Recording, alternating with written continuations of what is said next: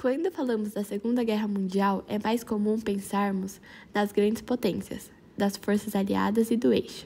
Isso faz sentido, já que foram os protagonistas de boa parte dos embates. Porém, poucas pessoas se perguntam ou conhecem qual foi a participação do Brasil na Segunda Guerra e qual foi o impacto dela. O Brasil entrou na Segunda Guerra Mundial após ceder à pressão do governo norte-americano para encerrar o período de neutralidade adotado pelo presidente Getúlio Vargas. Até 1937, o Brasil mantinha relações cordiais com a Alemanha, condição que foi rompida no ano seguinte. Ainda assim, o país manteve a neutralidade. A situação mudaria em 1942, quando o Brasil rompeu relações diplomáticas com o eixo. Assim, 19 navios brasileiros foram atacados na costa brasileira pelas forças alemãs, causando a morte de 500 pessoas. Houve intensa pressão popular para a entrada do Brasil na guerra, e o governo de Getúlio Vargas passou a apoiar os aliados. A declaração de guerra contra a Alemanha e a Itália ocorreu no dia 31 de agosto de 1942. O exército brasileiro, porém, contava com um parco contingente e foi preciso convocar recrutas e reservistas, como médicos, enfermeiros e advogados. A FEB se incorporou ao exército americano e foi treinada por eles na Itália.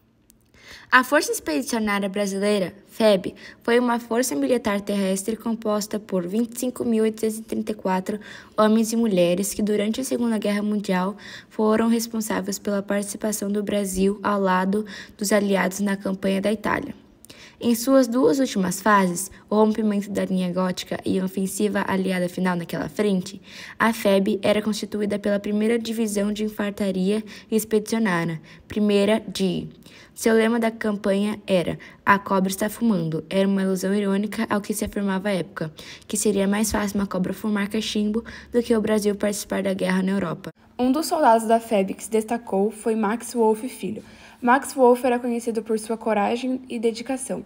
Ele nunca negava uma missão, não importava o quão perigosa ela fosse. Ele faleceu em uma missão onde foi surpreendido por metralhadoras alemãs.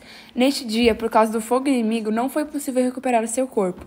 E quando foi possível retornar ao local, seus restos mortais já não estavam mais lá. Portanto, o corpo de Max Wolff nunca foi encontrado. Sua filha, Hilda Della Nina, conta que sentiu muita saudade do pai durante o período de guerra. Ele nunca deixava de escrever para ela, que com 8 anos teve que se despedir do pai sem saber se o mesmo voltaria. Max Wolff foi condecorado com medalhas como a Campanha de Sangue e Cruz de Combate do Brasil. Foi criada uma medalha com seu nome, que é destinada a subtenentes e sargentos do Exército Brasileiro com atitude de dedicação. A ação dos pracinhas, como eram chamados, não foi nada fácil. O treinamento recebido no Brasil e nos Estados Unidos não era próximo à realidade da guerra em que se encontravam, além dos soldados não serem habituados com as baixas temperaturas e nem com relevo. Os soldados conseguiram vitórias importantes contra a Alemanha, tomando cidades que estavam no poder destes. Após a assinatura de rendição alemã, a FEB começou a ser desmobilizada na Itália. A ida dos soldados brasileiros à Europa aumentou a contradição ao governo de Getúlio Vargas. Ele, com medo de uma possível revolta, desfaz o contingente militar. A participação do Brasil na guerra teve um grande reconhecimento na Itália, recebendo até hoje muitas homenagens pelo governo e habitantes. E foi assim que acabou a guerra.